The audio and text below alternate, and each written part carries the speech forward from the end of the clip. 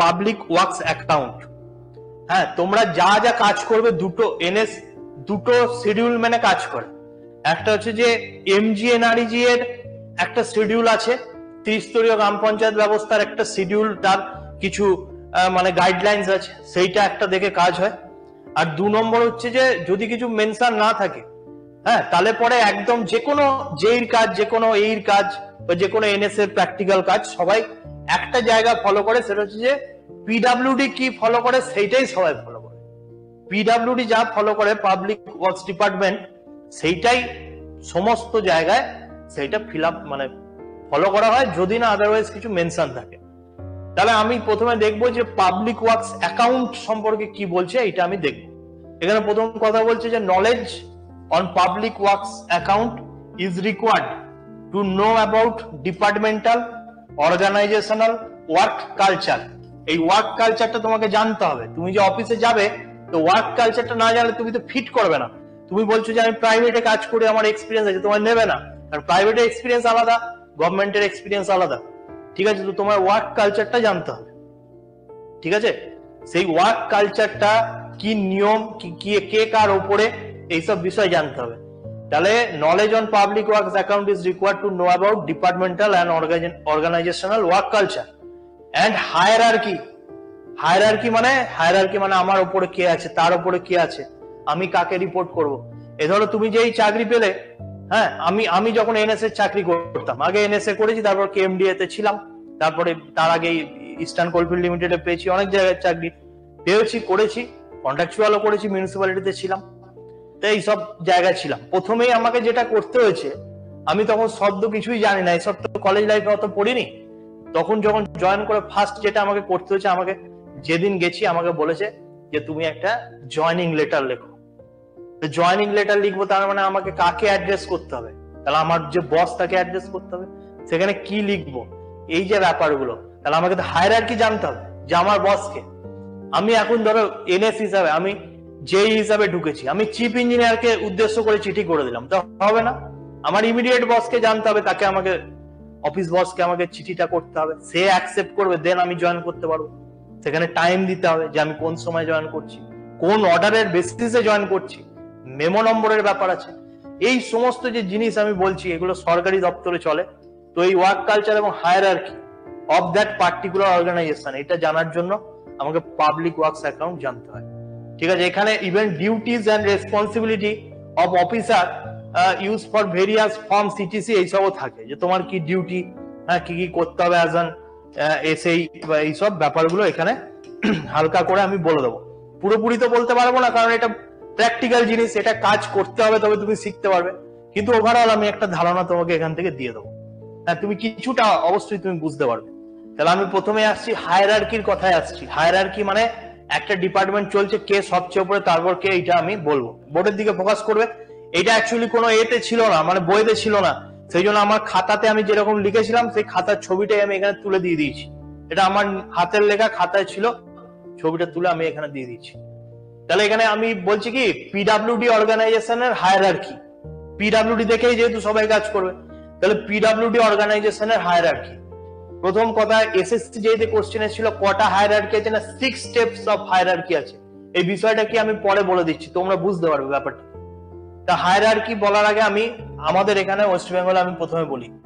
দেখো, আমাদের এখানে ওয়েস্ট বেঙ্গলে যে কোনো ডিপার্টমেন্টের কথা বলো, পঞ্চায়েত বলো, মানে পিএনআরডি, পিএইচই, পিডাব্লিউডি, যে কোনো দপ্তরে উপরে কে আছে, মিনিস্টার ইনচার্জ আছে, যে মন্ত্রী, যে ভোটে জিতে আসা যারা, মানে বিধায়ক যারা, এমএলএ থেকে কাউকে কাউকে মন্ত্রী করা হয়, তারা হচ্ছে মন্ত্রী, সে ওপরে রয়েছে।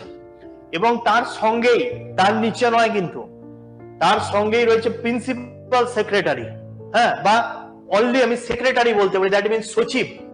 এই সচিবরা হয় আইএএস পাস, ইউপিএসসি দেওয়া। তো মন্ত্রী একা নিশ্চয়ই সেটা সামলাতে পারবে না।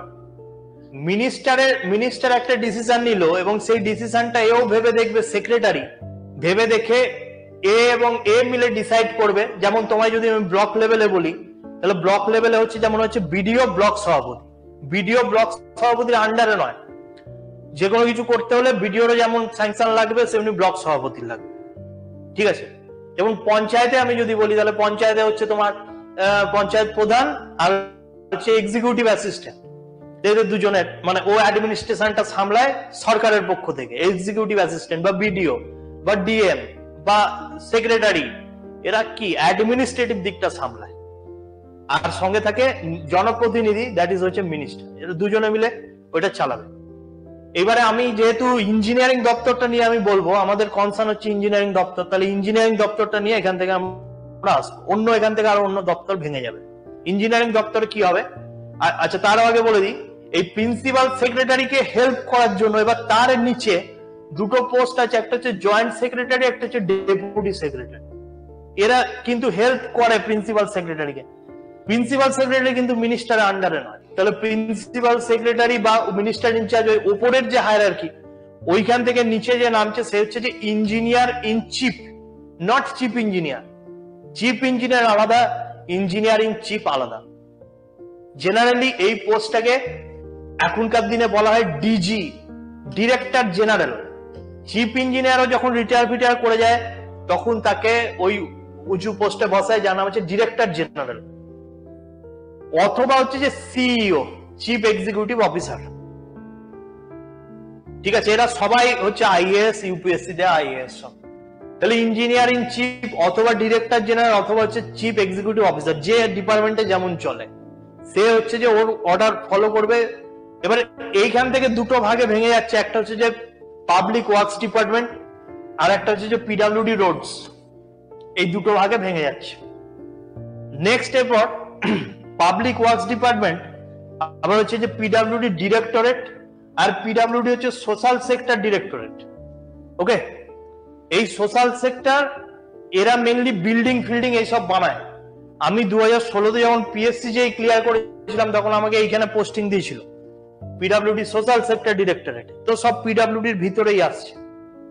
ঠিক আছে, আরেকটা হচ্ছে যে পিডব্লিউডি ডিরেক্টরেট, ডিরেক্টর থেকে কিছু উইং, যেমন ডানা বেরিয়ে যায় সেরকম কিছু উইং বেরিয়ে যাবে, যেমন হচ্ছে যে সিভিল উইং বেরিয়ে যাবে, ইলেকট্রিক্যাল উইং, আর্কিটেকচারাল উইং, এইসব বেরিয়ে যাবে। সিভিল উইং থেকে আবার পরবর্তীকালে সিভিল ইঞ্জিনিয়ারিং হেডকোয়ার্টার এইচকিউ আর সিভিল ইঞ্জিনিয়ারিং প্ল্যানিং বলে দুটো দপ্তর বেরোবে। ঠিক আছে, আমাদের কনসার্ন ওই জায়গাটা নিয়ে নয়, আমাদের কনসার্ন পার্টিকুলার একটা ডিপার্টমেন্ট নিয়ে। যেমন পিডব্লিউডি রোডসেরও এরকম উইং আছে, পিডব্লিউডি সোশ্যাল সেক্টরেরও এরকম উইং আছে। আমাদের কনসার্ন এই জায়গাটা নিয়ে নয়, এটা সব হেডকোয়ার্টারের ব্যাপার, প্ল্যানিং এর ব্যাপার, এইটা ইন জেনারেল আমাদের কাজ করতে হয় না। যেমন পিডব্লিউডি শিডিউল আছে, সেইটা যেমন হেডকোয়ার্টারের যে চিফ ইঞ্জিনিয়ার তার ওখানে সই আছে দেখবে, পিডব্লিউডি শিডিউল খুলে ফার্স্ট পাতায় দেখবে হেডকোয়ার্টারের যে চিফ ইঞ্জিনিয়ার তার সই থাকে। তারা ওইসব শিডিউল ফিডিউল বানায়, নিয়ম টিয়ম বানায়, এইসব ব্যাপার। এইটা নিয়ে আমাদের কনসার্ন না, আমাদের কনসার্ন হচ্ছে পার্টিকুলার সেক্টর নিয়ে। যেমন পিডব্লিউডি সোশ্যাল সেক্টর, এখানে হচ্ছে পিডব্লিউডি রোডস, এই দুটো দপ্তর হয়ে গেল, এরা কাজ করবে। এবার তাদের যে উইং গুলো, তা সেখান থেকে যে উইং বেরোচ্ছে সেইটা নিয়ে আমাদের কনসার্ন। এইটা পিডব্লিউডি রোডস এর আন্ডারেও এমনি হতে পারে, সোশ্যাল সেক্টরের আন্ডারেও এমনি হতে পারে। এবার ব্যাপারটা কি না, এখানে যেমন প্ল্যানিং বলে একটা আলাদা ডিপার্টমেন্ট চলে যাবে, চিফ ইঞ্জিনিয়ার প্ল্যানিং, সি মানে কি চিফ ইঞ্জিনিয়ার প্ল্যানিং। এর এটাকে কে সামলাচ্ছে, টপ মোস্ট কি অফিসার, চিফ ইঞ্জিনিয়ার, আর চিফ ইঞ্জিনিয়ার হচ্ছে যে হেডকোয়ার্টার হয়ে গেল। এইবারে এইখানে দেখো 1 2 3 4 5 আর হচ্ছে যে নিজে ওইটা একটা, তাহলে 6টা স্টেপ হলো। এইটাই আমি বলতে চাইছিলাম 6 স্টেপ অফ হায়ারার্কি। তাহলে এর মধ্যে কি কি এলো না, এর মধ্যে চিফ ইঞ্জিনিয়ার এলো, যে হেডকোয়ার্টারের হেড হবে, তার আন্ডারে এলো সার্কেল, সার্কেলের হেডকে আমরা বলি সুপারিনটেন্ডিং ইঞ্জিনিয়ার এসি। সার্কেলের মধ্যে পড়বে ডিভিশন, যার হেডকে আমরা বলি এক্সিকিউটিভ ইঞ্জিনিয়ার ইই। ডিভিশনের আন্ডারে পড়বে সাব ডিভিশন, যার হেড হচ্ছে যে অ্যাসিস্ট্যান্ট ইঞ্জিনিয়ার অথবা সাব ডিভিশনাল অফিসার, এসডিও বলে। আবার কিছু কিছু জায়গায় মানে খুব রুরাল জায়গায় এমনি থাকতে পারে সাব ডিভিশনের আন্ডারে সেকশন অফিস, তার হেড যেই হতে পারে, যেই এসেই যা খুশি বলো হতে পারে, আবার নাও হতে পারে। তাহলে আমাদের মেন কনসার্ন হচ্ছে এই দিকটা নিয়ে। এবার এই দিকটা আমি তোমাকে এখানে বোঝালাম, এবার আমি ব্যাপারটা এখানে বোর্ডে লিখে দেখাচ্ছি। তাহলে আমি প্রথমে বলবো যে এখানে মিনিস্টার ইনচার্জ আছে, একে হেল্প করার জন্য সেক্রেটারি আছে, এইসব আছে। সেক্রেটারিকে হেল্প করার জন্য ডেপুটি সেক্রেটারি, জয়েন্ট সেক্রেটারি সব আছে। ওইখান থেকে মানে এটা হলো একদম top most hierarchy. Top most hierarchy থেকে যে ভাগটা মানে আসছে সেটা হচ্ছে যে বলো সিইও, চিফ এক্সিকিউটিভ অফিসার, অথবা হচ্ছে ডিরেক্টর জেনারেল, অথবা ইঞ্জিনিয়ার ইন চিফ। এটা কিন্তু চিফ ইঞ্জিনিয়ার নয়। এখান থেকে আবার ফাইনালি ভাগ হয়ে যাচ্ছে বিভিন্ন, ঠিক আছে। তো আমাদের এইখান থেকে যে ভাগটা, সেখানে কিছু নির্দিষ্ট দপ্তর আছে, যেমন হচ্ছে যে পিডাব্লিউডি সোশ্যাল সেক্টর। এমনি আরেকটাও দপ্তর থাকতে পারে যেটা হচ্ছে যে পিডাব্লিউডি রোডস। পিডাব্লিউডি রোডস আমাদের মেন কনসার্ন এইগুলো নিয়ে, ওইটা নিয়ে নয় যেটা অনলি পিডাব্লিউডি, যার আন্ডারে চিফ ইঞ্জিনিয়ার, হেডকোয়ার্টার, প্ল্যানিং, ওই সব নিয়ে আমাদের ভাবনা না। আমাদের ভাবনা হচ্ছে যে এর আন্ডারে কি কি রয়েছে সেইটা এবার আমি এখানে দেখাবো। পিডাব্লিউডি রোডস যে হেডকোয়ার্টার, যেটা হেডকোয়ার্টারের হেড অফিসার হচ্ছে সিভিল ইঞ্জিনিয়ারিং উইংটার, বলছি হচ্ছে কে বলে চিফ ইঞ্জিনিয়ার, সিই। এই হেডকোয়ার্টারের হেড, এর টপ মোস্ট অফিসার ইঞ্জিনিয়ারিং দপ্তরে। এরপরে হেডকোয়ার্টারটা ধরো টোটাল বর্ধমান পূর্ব, এইটা হচ্ছে যে হেডকোয়ার্টার। সেই এই এরিয়াটা হচ্ছে বর্ধমান পূর্ব, এটা হচ্ছে হেডকোয়ার্টার। এই এরিয়াটাকে দুটো সার্কেলে ভাঙবো, ধরো এটা নর্থ, এটা সাউথ সার্কেল। তাহলে এই সার্কেলের একটা যে হেড হয়ে যাবে সে হচ্ছে একজন সুপারিনটেন্ডিং ইঞ্জিনিয়ার। এই সার্কেলের যে হেড হয়ে যাবে সেটা হচ্ছে দ্বিতীয় সুপারিনটেন্ডিং ইঞ্জিনিয়ার। তাহলে এরপর হচ্ছে যে সার্কেল, হেডকোয়ার্টার থেকে আসছে সার্কেল।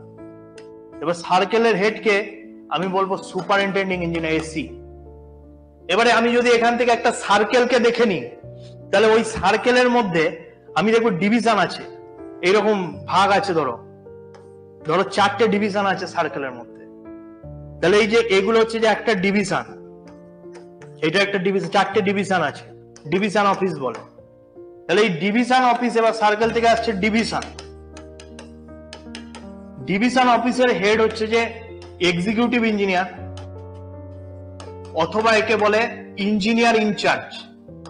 চিফ ইঞ্জিনিয়ারকে কিন্তু ইঞ্জিনিয়ার ইনচার্জ বলে না, এক্সিকিউটিভ ইঞ্জিনিয়ারকে ইঞ্জিনিয়ার ইনচার্জ বলে, কারণ সে সমস্ত কাজের যে ওয়ার্কস রিলেটেড দায়িত্ব সেটা এক্সিকিউটিভের ঘাড়ে, সেই জন্য একে বলে ইঞ্জিনিয়ার ইনচার্জ, ঠিক আছে।